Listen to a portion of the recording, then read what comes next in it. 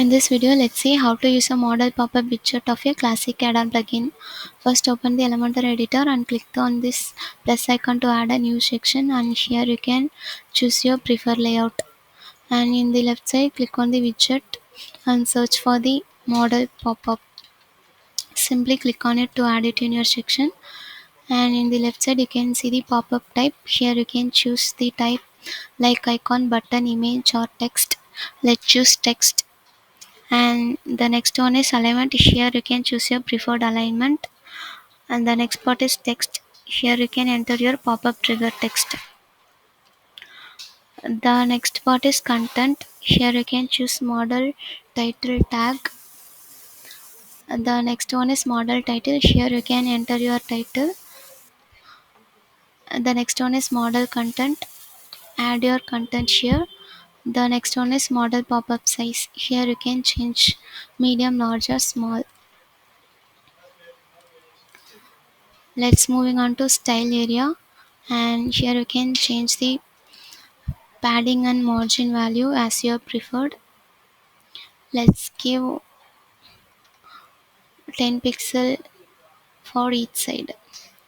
The next one is font color and background color, and text typo. You can change it for normal and overview. Let's change the font color, and you can change the background color here.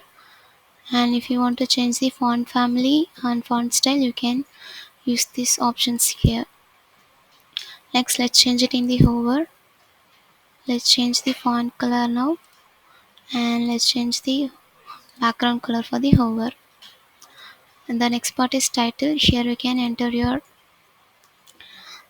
padding value for the title. Let's give 10 pixel each side, and if you want to give margin value, you can enter your preferred value here. Next, you can enter your font color, and if you want to change the font family and font style, you can use these options here. For the final part is content. Here you can enter your padding value for each side.